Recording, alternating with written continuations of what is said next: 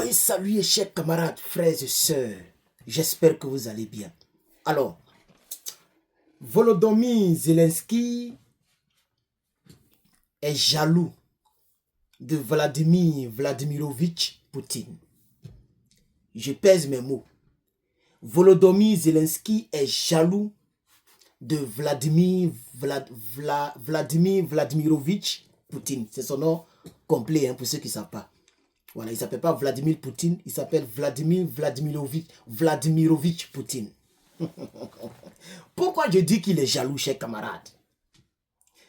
Il est en train de menacer les pays africains qui sont allés à Moscou et demain qui vont prendre part à la célébration de la cérémonie de la victoire de la Russie concernant l'histoire russe, concernant l'histoire de la guerre de Deuxième Guerre mondiale.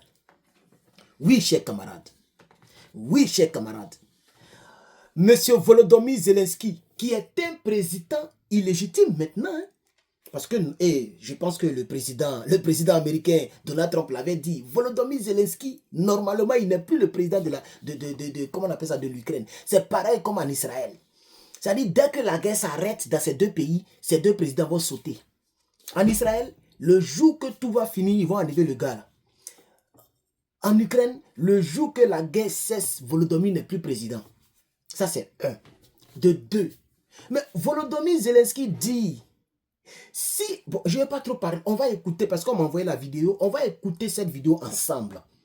On va écouter la vidéo ensemble et on va la décortiquer plus tard. Elle fait 3 minutes. Écoutez attentivement cette vidéo, chers camarades.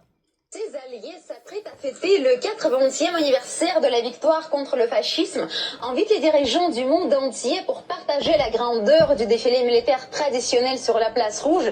Il y a un dirigeant non légitime qui menace non seulement le déroulement du défilé dans la capitale russe, mais aussi la sécurité des autorités invitées. Notre message à tous les pays qui se rendent ou se rendront à la célébration du 9 mai est très simple. Nous ne pouvons pas assumer la responsabilité de ce qui se passe sur le territoire de la Fédération de Russie. Ce sont eux qui assurent votre sécurité. Nous ne vous donnerons donc aucune garantie. En effet, nous ne savons pas ce que la Russie fera à ces dates. Elle peut prendre diverses mesures de son côté, des incendies criminels, des explosions, etc., pour ensuite nous tenir responsables. Je crois, en tant que président, et je l'ai dit au ministre des Affaires étrangères, que nous devons avertir les personnes qui nous contactent. Nous ne vous recommandons pas du point de vue de la sécurité de visiter la Fédération de Russie. Si vous le faites, ne nous consultez pas. C'est votre décision personnelle. Près de 20 dirigeants étrangers, parmi lesquels les présidents de la Chine, du Brésil, de la Serbie, du Burkina Faso, du Congo, de la République serbe de Bosnie, ainsi que le premier ministre slovaque et beaucoup d'autres, et le chef du régime de Kiev menace directement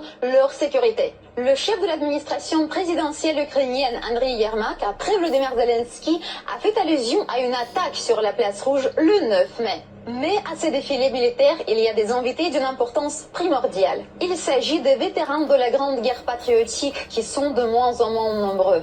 Et c'est aussi eux que le régime de Zelensky menace. Aujourd'hui, il s'est surpassé. Il menace à présent la sécurité physique des vétérans qui assisteront au défilé et aux festivités du jour sacré de la victoire. Le mal rasé en t-shirt vert a fait savoir qu'il rejetait la proposition du président Poutine d'une trêve de 3 jours pour le 9 mai et qu'il ne pouvait pas garantir la sécurité des...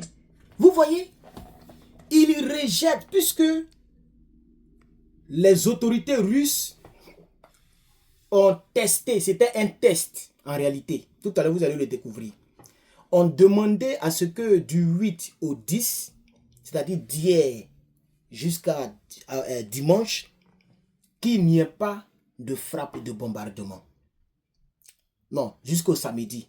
Donc, ils ont voulu que du 8 au 10, ok, mercredi 8 au samedi 10, qu'il n'y ait pas de frappe. Monsieur Volodymyr a refusé. Il a refusé la trêve. Oui, chers camarades, il a refusé.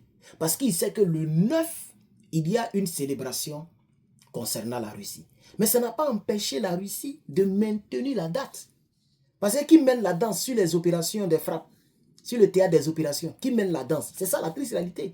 Et donc, Volodymyr est en train d'avertir maintenant, y compris les vétérans de la Deuxième Guerre mondiale russe, y compris tous les chefs d'État qui seront présents, que si quelque chose arrive demain le 9, ce n'est pas de sa faute. Voici un peu le but. On va continuer. Écoutons toujours. Écoutons toujours.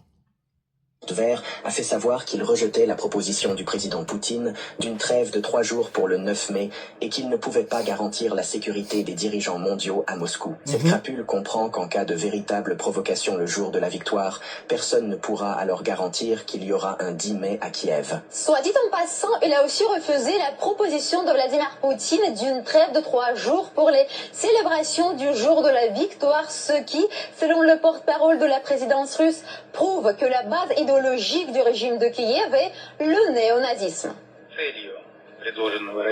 La trêve de Pâques proposée par la Russie, ainsi que l'initiative d'aujourd'hui qui consiste à annoncer une trêve pendant les jours de fête, c'est-à-dire du 8 au 10 mai, sont pour nous un moyen de tester si Kiev est prêt à rechercher des solutions pour instaurer une paix durable et stable entre la Russie et l'Ukraine. La réaction des autorités ukrainiennes à l'initiative de la Russie d'instaurer une trêve est un test pour savoir si l'Ukraine est prête à faire la paix. Nous attendons évidemment des déclarations non pas équivoques, mais définitives, et surtout des actions visant à désamorcer le conflit pendant ces jours de fête. La réticence de ce régime à répondre directement à la proposition faite par la Russie montre clairement que c'est le néonazisme qui est la base idéologique du régime actuel de Kiev. La victoire sur l'Allemagne nazie, sur la peste brune et sur le nazisme n'est vraisemblablement pas un jour de fête à leurs yeux. Cela fait longtemps que le masque de Zelensky est tombé, mais cette fois, il touche au sacré.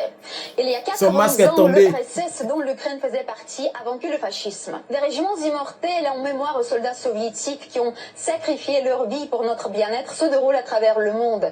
De Washington à Pékin, de Beyrouth à Ankara, de Buenos Aires à Sydney. Et cela prouve que les gens sont unis contre le mal qui porte le nom de fascisme. Et aujourd'hui, comme il y a 80 ans, la Russie fait tout pour le détruire. Et donc, chers camarades, vous venez de suivre. Vous venez vous-même de suivre, chers camarades. Mais ce que je voudrais rappeler à ce gars, à Volodymyr Zelensky, c'est qu'il n'a pas lieu d'être jaloux pour rien. Puisque toi-même, tu avais demandé à ce que les pays africains viennent t'aider. On va écouter cette vidéo, chers camarades. Écoutez cette vidéo. L'Afrique est prise en otage. Il s'agit de la guerre de la Russie contre nous. Il ne s'agit pas d'une crise, c'est une guerre brutale. Avez-vous entendu tout cela de la part de vos partenaires russes avec qui vous êtes restés en contact? Je suis persuadé qu'ils vous disent tout le contraire. Mais il faut dire qu'ils ont besoin de cette crise, qu'ils maintiennent sciemment, délibérément. Ils se servent de vous. Ces sanctions ne sont là que pour empêcher la Russie de nous réduire en esclaves. Alors, donc, chers camarades, j'avais suivi, je crois, l'intégralité du discours. Voilà. Donc, chers camarades, vous voyez, le monsieur, il dit que les gens là du côté de la Russie, les gens sont en train d'utiliser les leaders africains, ils sont en train d'utiliser le peuple africain. Utiliser dans quel sens? Parce que moi, l'histoire nous renseigne que la Russie n'a jamais bombardé un pays africain. La France l'a fait. La France a bombardé le palais présidentiel de Côte d'Ivoire au temps de Gbagbo Laurent. La Russie n'a jamais colonisé un pays africain, maltraité, fait subir des corvées et des expositions des Noirs dans des musées, dans ces musées, jamais de la vie. Vous, occidentaux, européens, tout cela, vous l'avez fait. Donc, quand M. Volodymyr dit que la Russie se sert des leaders africains, moi, depuis ma position, j'ai dit, ce n'est pas vrai. Ce n'est pas vrai. La Russie fait son business. No pitié in business.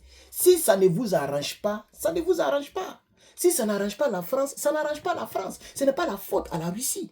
Ce n'est pas la Russie qui a dit à la France, il faut leur imposer une monnaie, il faut voler leur or, leur diamant, il faut leur imposer des présidents. Ce n'est pas la Russie qui a dit de fonctionner comme ça, c'est vous qui avez choisi de fonctionner comme ça. Maintenant, nos yeux sont ouverts. On est hieré. Donc maintenant, c'est des relations bilatérales gagnant-gagnant que nous faisons maintenant. Peu importe le pays, ça peut être la Chine, ça peut être la Corée du Sud, la Corée du Nord, le Vietnam, n'importe quel pays dans le monde, les leaders, surtout les leaders de l'AES sont libres d'aller faire les affaires avec qui ils veulent. Et donc, nous voulons dire à Volodymyr, si tu dis que tu bannes comme Tamar Robert, d'après Johnny, il faut aller attaquer la cérémonie. C'est ça, c'est là qu'on attend. Ça va se passer demain, mais c'est demain qu'on attend. C'est ça. Il faut attaquer, on va voir ce qu'il y a dedans. Voilà. Donc, il ne s'agit pas d'effrayer les gens. Chers Africains, ne soyez pas effrayés. Ça, c'est le premier point. Pour terminer la vidéo, j'aimerais remercier toutes les personnes qui ont partagé et toutes les personnes qui vont partager cette vidéo-ci. S'il vous plaît, c'est vous qui faites nos forces, notre force, surtout mes abonnés, c'est à vous que je m'adresse. Partagez-moi cette vidéo dans tous les groupes de l'AES, tous les groupes burkinabés, maliens, nigériens, etc. Partagez-moi cette vidéo, mettez beaucoup de j'aime s'il vous plaît.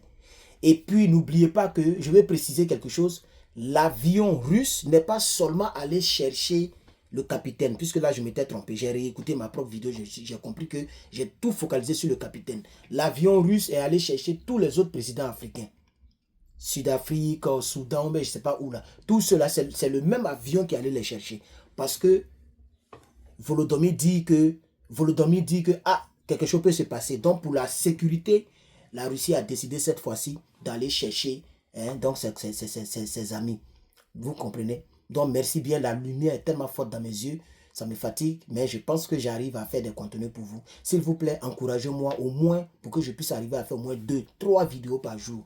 Ok, donc encouragez-moi par les partages, par les j'aime YouTube. Mettez des commentaires, mettez des likes, mettez des j'aime, partagez. Vous cliquez en bas là, vous nous envoyez les liens dans les groupes, etc. chers camarades. Ça encourage celui qui fait les contenus pour vous. Que Dieu vous bénisse et que Dieu aide l'Afrique. Je suis Herman le Patriote, je vous remercie.